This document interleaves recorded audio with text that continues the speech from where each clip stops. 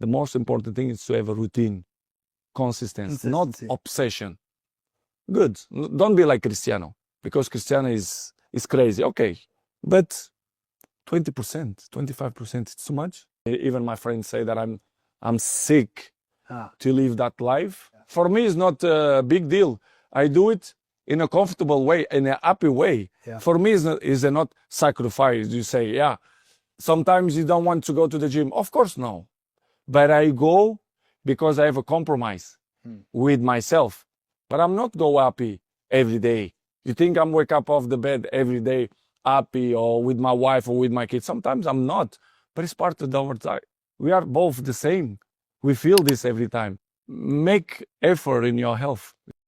If I said to you, you're only going to have one car the rest of your life, you could pick any car you want. I don't care what it is. It could be the most expensive car, the cheapest. I don't care, whatever it is. But that's the only car you're ever going to have. That's it. I'm never going to give you a different car. You're only allowed one car your whole life. You want to bet you would take care of that car? Want to bet you would put the best gas there? You want to bet you would change the oil all the time? You would get it tuned up? You would get it cleaned and washed? That car would be like brand new in 5 years still. Well, that's your body. You only get one body. That's it. But if there's one message I want you to walk away with today, it's this. You have to disappear. You stop announcing every move and start building something that speaks for itself. Disappearing means doing the work. It means doing the work in the dark. It means building in private what you don't need to prove in public. It means doing the work when no one's watching. You stop worrying about what people think and start valuing what you believe. Because a life that looks good or sounds good is nothing compared to a life that feels good. People only root for others at 2 times. First, when they're at the beginning of the race. Second, when they finish. Neither is when you need it. So, you have to master the middle. The boring, exhausting, soul-crushing middle. That's where the winning happens. On your own. People will only cheer for you as long as you can't beat them at the game they value most. Friendly reminder that every person who doubts you is right until they aren't. No good story happens from things going right. My granddad always said this. The greatest gifts in life are not in the plans, they're in the detours. There is no way I could plan my way to being on the stage. I have failed a lot more and a lot longer than I have succeeded. I didn't originally get the role in Top Gun that I auditioned for, and it's worked out better than I could have ever even imagined. So if you want your life to be a great story, like a great movie, if you want it filled with adventure, comedy, romance, action, thrills, when you go out there and things inevitably don't go according to plan, just remember, that's when your movie's plot is just getting interesting. That's when your protagonist is being tested. That's when the writers are working overtime to give the audience some nail-biting drama. Enjoy things not going according to plan. If you knew the ending, it wouldn't be worth the watch. No good story happens from things going right. Has there been anything along your journey that you've kind of regretted? And then how do you deal with regret? I mean, individual choices and mistakes, yeah, but ultimately you learn from those. So, like, no. Because, like, even the regrets, the bad things or the stupid things, you learn not to do bad things or stupid things. You know, all those things are beneficial in some way if you can get through them. You know, if you, like, did something that resulted in someone's death or something horrible like that, yeah, it'd be a terrible regret.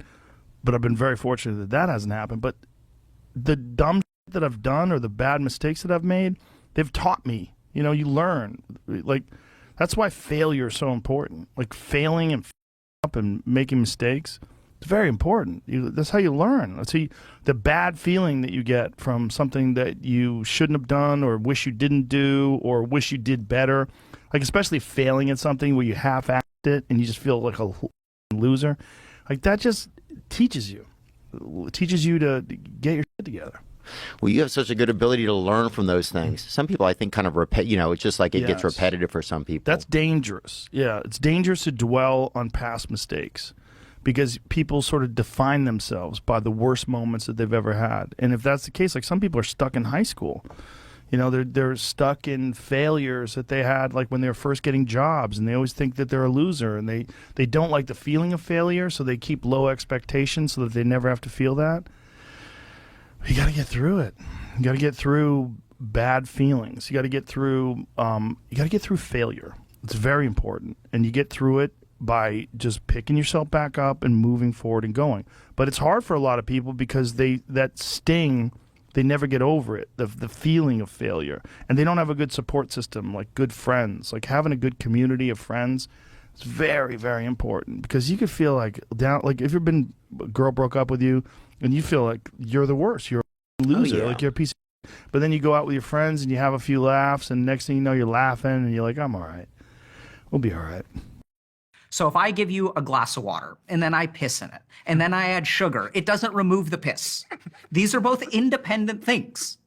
This is what tends to happen. This is what we don't understand about trauma. Removing the piss requires removing the piss. No amount of sugar will take it out of the drink. Okay?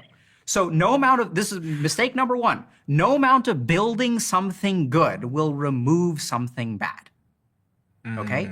So healing, and it's also like, you know, if I break a leg, no amount of bench press will heal my leg. Like I can build as much as I want to, I can fix my hair, I can brush my teeth, but the leg is broken, Same is true of the mind.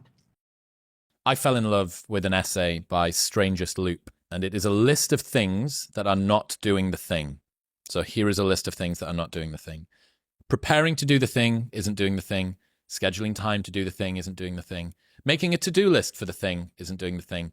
Telling people you're going to do the thing isn't doing the thing. Messaging friends who may or may not be doing the thing isn't doing the thing. Writing a banger tweet about how you're going to do the thing isn't doing the thing. Hating on yourself for not doing the thing isn't doing the thing. Hating on other people who have done the thing isn't doing the thing. Hating on the obstacles in the way of you doing the thing isn't doing the thing. Fantasizing about all of the adoration you'll receive once you do the thing isn't doing the thing. Reading about how to do the thing isn't doing the thing. Reading about how other people did the thing isn't doing the thing. Reading this essay isn't doing the thing. The only thing that is doing the thing is doing the thing.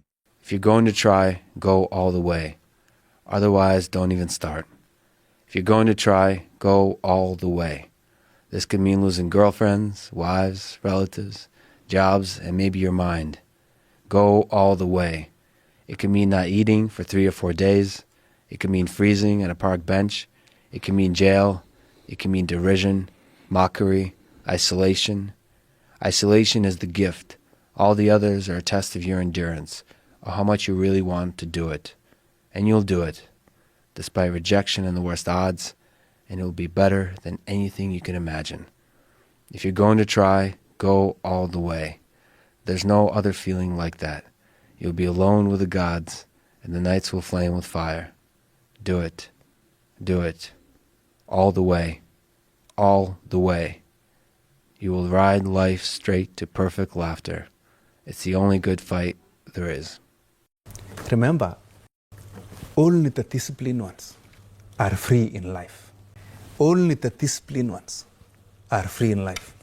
If you are in discipline, you are a slave to your moods. You are a slave to your passions. The best time to plant a tree was 25 years ago. That was the best time to plant a tree. The second and the best time is today. Plant the tree of self-discipline.